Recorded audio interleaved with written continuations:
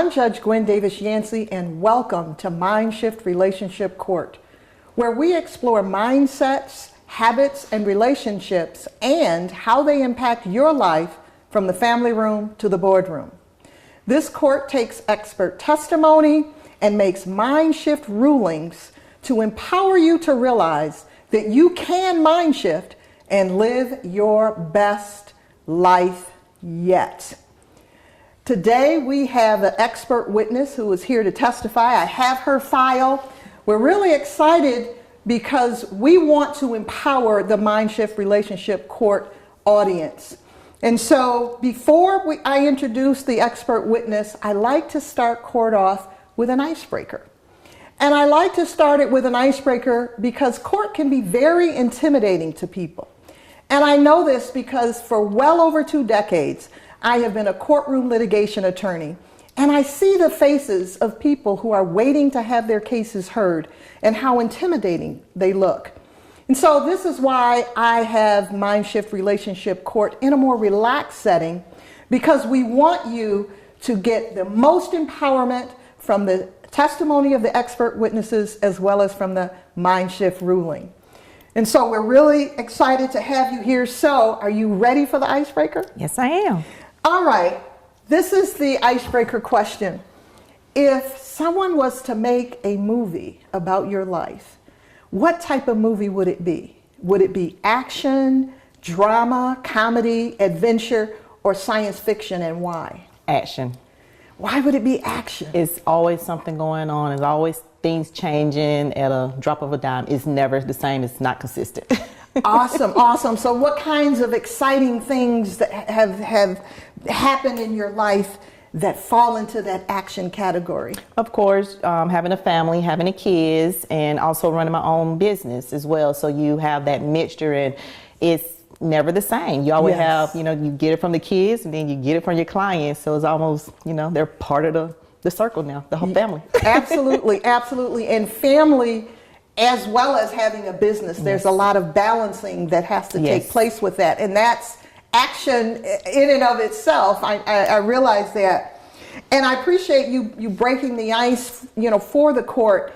And what we're going to want to do is get a little bit of information on you. So I would like you to state your name and tell us your profession. And after we do that, we're going to recess for a few moments, and then we're going to go into the Mindshift Relationship courtroom. Sure. So state your name. My name is Deena Pruitt. And what is your profession, Deena? I'm an accountant. And how long have you been an accountant? 17 years. 17 years. So what are some of the things that you do, that you provide people in regards to being an accountant? Well, what I do, I provide bookkeeping and accounting services for small to mid-sized businesses, and I also assist individuals as well with their needs for accounting.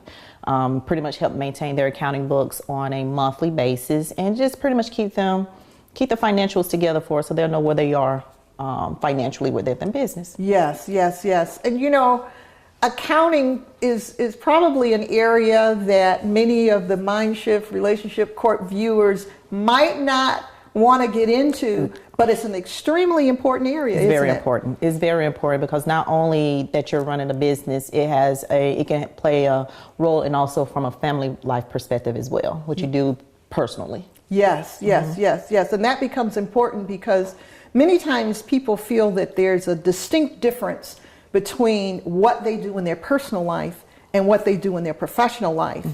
And accounting really goes across the board. Yes, it does. So for some of the specific services that you provide as an accountant and bookkeeper, what are some of those specifics? Within the services that I provide, for example, the clients, they're needing a financial statement, which is your profit and loss statement and your balance sheet. Most companies, well, not most, pretty much across the board, if you're running any kind of business, even from a personal perspective as too, you need to know what money is coming in and what's going out, your inflows and your outflows. Yes. So it's important to know the services that you're providing, but also at that time make sure that client understands and knows what's going on with their company. You want to know if you're profitable at the end of the day and you're able to sustain. Absolutely. And I know when you did the icebreaker, What you just testified to a moment ago reminded me of the icebreaker, because I would imagine that there is some action involved with getting your clients to get on board with really accounting. Yes. So what have been some of your experiences with really getting them to get on board and understand how important it is for both personally and professionally? What I do, I pretty much explain to them, because again, when you're running a business, you're good at what you do. You're good at providing the services that you provide. Most companies are not good at maintaining their accounting books. But what happened is that when I bring them on, a lot of them are kind of skeptical at first, because they're thinking like, well, I have cash in the bank. Why do I need to have financial statements or things like that? Well, you have to understand that when you're running a business, and say, for example, you want to get a loan from a bank, for example. Yes. Banks have to have profit and loss statements to see if your company is profitable and you can repay back whatever loan or anything that you're, seeking to get from that financial institute. And on top of that, you have a lot of clients small businesses, who runs and they can't understand why they're dumping their personal money into their business, knowing that they're operating a business. Yes. So you have to understand that, okay, why I'm keep taking money out my personal account to fund my business when I know I see the cash there, but I'm operating. Well, it could be that, yes, you are operating due to the fact that you are putting money in the business, but what is your services that you're providing that you're generating that revenue for or from? Because at the end of the day, everyone is in business to make money. I mean, that's pretty much what it is. Exactly. Hopefully. So you want to be able for your company to pay you and not you pay into your company. Yes. And that's a very interesting point that you made, because even from a legal standpoint, people that commingle their personal and their business monies can end up having some legal problems. Yes, they can. Because if someone has an issue, that liability can not only flow from them to the business, but from the business to that business owner personally. That's correct. So have you had situations where you've had to explain that? Yes. And that's almost a constant conversation, especially when I'm on board a new client. Yes. And of course, it's definitely not uncommon, but again, especially when you're an establishment like a LLC entity, when you're setting up your company, a lot of that goes into play, because the thing is that if God forbid, someone sue your company and you're mingling money between your personal and your business, it's a possibility they can come after you personally as well. Absolutely.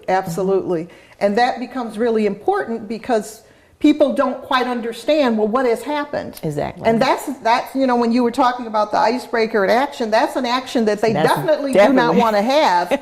And many times people don't understand that. Right. So have you had several clients that you've had to explain that to? Of course. Anytime I bring in any new clients and they really don't have their financials together. Yes. And especially with the new companies, the startups. Yes. A lot of people, they operate out their personal before they even think about opening up a business account and keeping all their personal and their business expenses separated. Yes. So having to explain that to them to make sure they understand the reason as to why they get it then. And then, of course, then the nervous mode kick in, like, oh my God, I need to try to get this separated. But what I do, I explain to my clients, just go ahead and get all your information together, go through your bank statement, separate those items that you have from that was business and that was personal. Because also, not only from a legal perspective, you have to deal with Big Brother, the IRS. Yes. As well. So you want to make sure that you're keeping your personal and your business separated, and make sure that you're not accounting for personal expenses on your financials as business expenses, which the IRS could have if you get audited, they can actually question those transactions, which can cause you to have to end up reversing those transactions and have a liability to have to pay into back to the IRS. Wow. That can really be an issue for people that have started a business or they're thinking about starting a business, and they need to really get ready for that. Yes. So that's really, really empowering information for people to have. And, with you talking about accounting and bookkeeping, we are going to continue that conversation. Okay. And we're going to officially, you had so much good stuff to say, we're going to officially swear you in when we go into the Mindshift Relationship Courtroom. So we are going to recess for a few moments, and we'll be right back.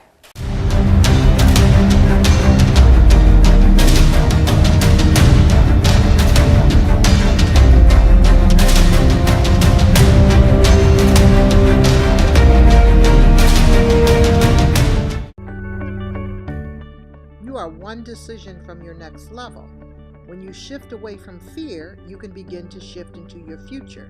Your success is actually waiting for you.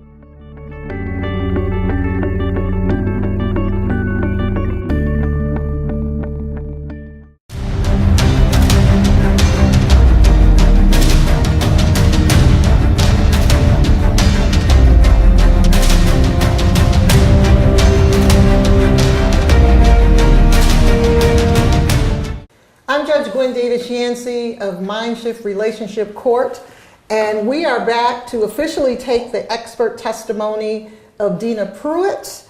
And what we're going to do, first of all, I want to let you know I do take notes. This is your file, and I do take notes, and I do that just like in any other courtroom. You know, there's important information that you'll be providing, and that will help us as we develop the Mindshift exhibit board. Okay. So don't think I'm not paying attention to you. Understand that I'm paying really close attention to you during your testimony. And so we're going to officially call your case, and we're calling case number 2019-223-1. Case name Accounting is Personal and Business.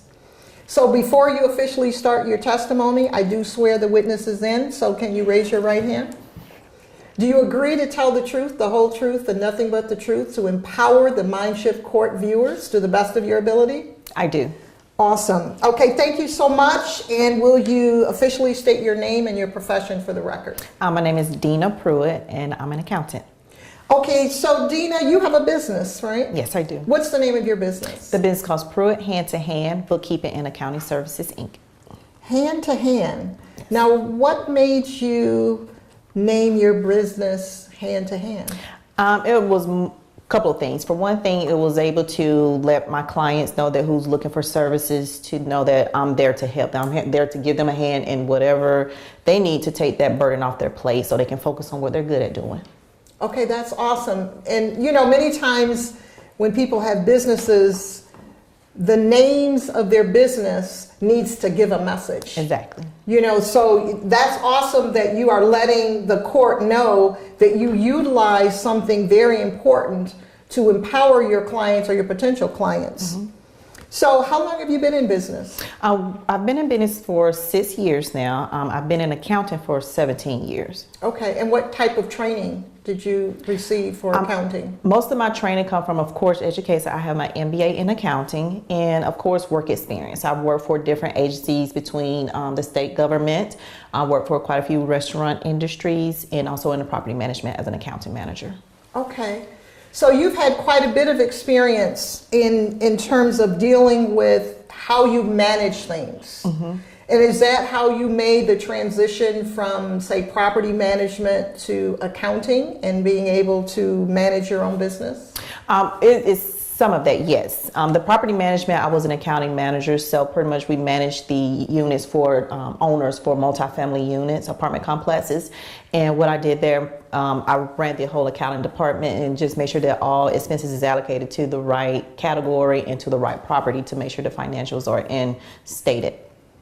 Now, you just testified about expenses being allocated to the right, and what was the word you used? Account. Make sure the expenses are in the right, we call it general ledger account. In the right account. And I know this case has to do with both accounting personally and in business. Mm-hmm.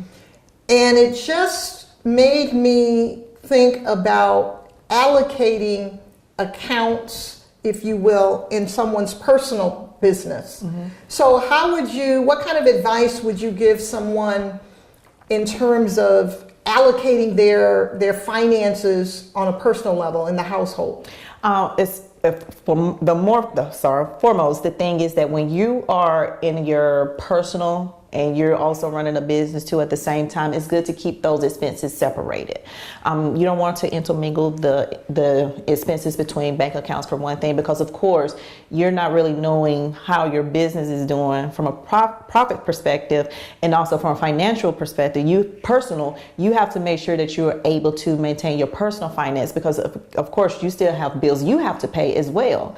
So you taking those funds between the two accounts, you're not really getting a bigger picture of, okay, how much inflow do I have personally and how much inflow and outflow do I have from a business perspective as well. So not being able to have those areas in place or anything, it can be detrimental for the company and personally. Okay. Financially. Okay. That is really important.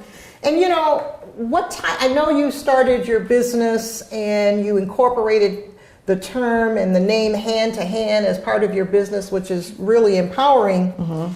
But what kind of mindsets and what kind of habits would you say that a person needs to have in order to really keep their business in an accounting fashion so that it can run properly? What kind of mindsets and habits should they have? One of the main habits, again, it goes to the cash, knowing where your money is being spent, knowing exactly what you're spending your money on and what you're paying for, yes. And how often and how much.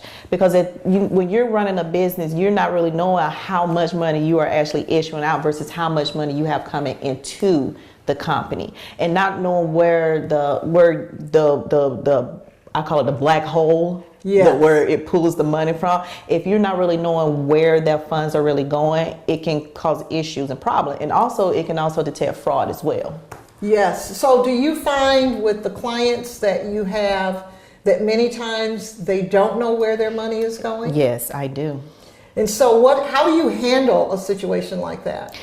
When I first start with a client and meet with them, I let them know, like, let's look at your bank statement. Let's get all the data that we can get together and start dumping that in an accounting software. Most of my clients are utilizing QuickBooks Desktop or QuickBooks Online, which I'm a QuickBooks Pro advisor, so I know the system very well. So we take that raw data from their bank account and upload the information to the accounting software system, and then we're able to categorize those expenses, meaning that you're actually looking at every detail of that transaction on that bank statement and seeing where it needs to go. For example, if you go to Office Depot or Staples, we know those are office supplies. So, and it goes back to saying with the fraud, if you have a transaction and you're knowing that for a fact that you didn't go and spend your money at that particular establishment, that's a red flag, because that'll let you know, like, okay, I know that I didn't go there, so I need to dispute those charges. Yes. Mm-hmm. So when the court's going to take a short recess, and we're going to continue your expert testimony, and we're going to actually develop the Mindshift exhibit board based on some of the testimony that you provided. Okay. So we will be right back after this break.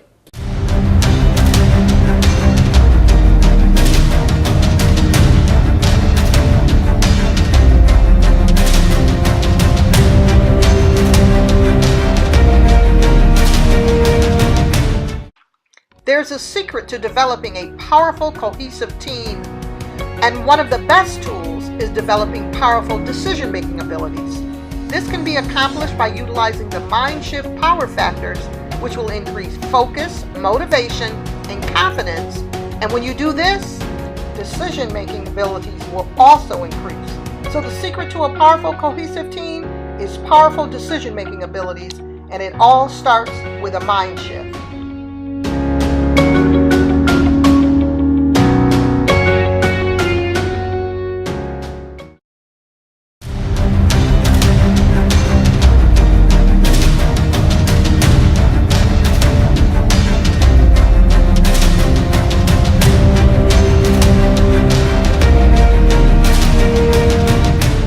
I'm Judge Gwen Davis-Yancey, and we are back with Mindshift Relationship Court, and we are continuing the testimony of our expert witness, Deena Pruitt, who is an accounting and bookkeeping expert, and she has provided some phenomenal testimony for our viewers on, and it's related to personal and business accounting because they really go together. So I have you up at the Mindshift exhibit board, and I actually want you to write some words down because you made some statements during your testimony and as well as when we talked earlier. And so I want you to write in one column on the right-hand side, I want you to write disorganized. Okay.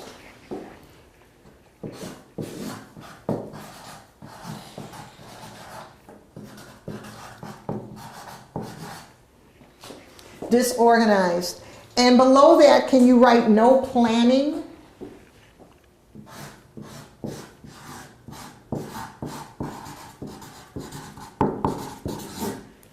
And below that, no vision. Okay.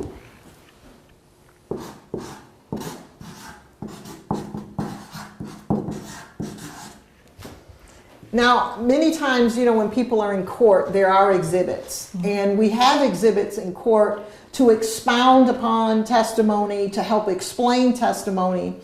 And, your case is all about accounting is personal and business. Right.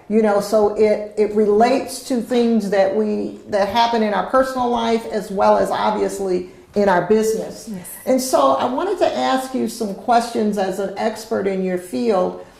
When you meet with clients, do you find that they're initially disorganized? Yes, I do. And so how do you approach a client? What are some of the things that you say to them when you look at how they're handling their business or how they're handling their personal life and you find that it's disorganized?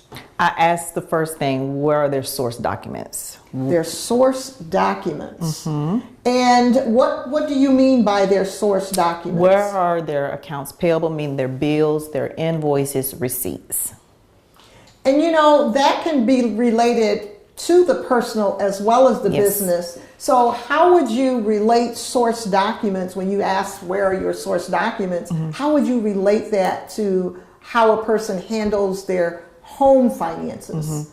From a home perspective, it's more of the receipts. It is like utility bills, for example, telephone bills. Those would be considered, from a business perspective, we call it accounts payable, which is still a bill. And then from personal, those are your everyday bills that you pay, which is the same thing, equivalent. And what about with source documents? Go into a little more detail in regards to dealing with a business. Well, from a business perspective, we pay bills. As a company, you pay bills, you have invoices where you collect money. The bills are pretty much what you're paying out. That's your outflow. Those are your expenses. That could be, again, going back to say you're paying contractors, you're paying for equipment, you're paying for supplies, whether you're writing a check or you're paying with card, however. That piece of paper pretty much is saying in detail what you just purchased, which we consider to be your accounts payable and your bill for your source document. For the income, is pretty much everything where you did services for it and you need to invoice your client so you can get paid, which is very important because you've got to have your invoices in order for you to pay the bills. You got to be able to get paid. Yes, absolutely. So you got to have the invoices to be able to send to those customers so they know that that it needs to be paid and you can actually collect on your money. That helps with your accounts receivables. And during your testimony, you talked about outflow and you talked about contractors. And as this relates to personal accounting as well, many times do you find that people aren't paying attention to the outflow of the monies that they're spending on, whether it's regular household expenses or for recreation? Do you find they're not paying attention to the outflow? I definitely find that, which can be a bad thing for personal perspective. Let's go back to elaborate a little bit. You pay car insurance. If you don't review, you just pay your car insurance and then it's up for renewal. Well, if you don't review your renewal and not recognize the increase, then of course that can cost you money. That cause you to pay more money than what you were paying instead of you shopping around trying the best rate quality company to provide the same amount of coverage for your car. We really appreciate your testimony, and as the expert witness in court today, you are excused. Thank you. I'm Judge Gwen Davis-Yancey, and the Mindshift ruling for today is disorganization can affect all aspects of your life, whether it's your personal life or your business life. So you don't want disorganization to take control. And accounting is both personal and business. I'm Judge Gwen Davis-Yancey, and always remember that your mind is extremely powerful, but you have power over your mind so you can mind shift and live your best life yet. Mindshift Relationship Court is adjourned.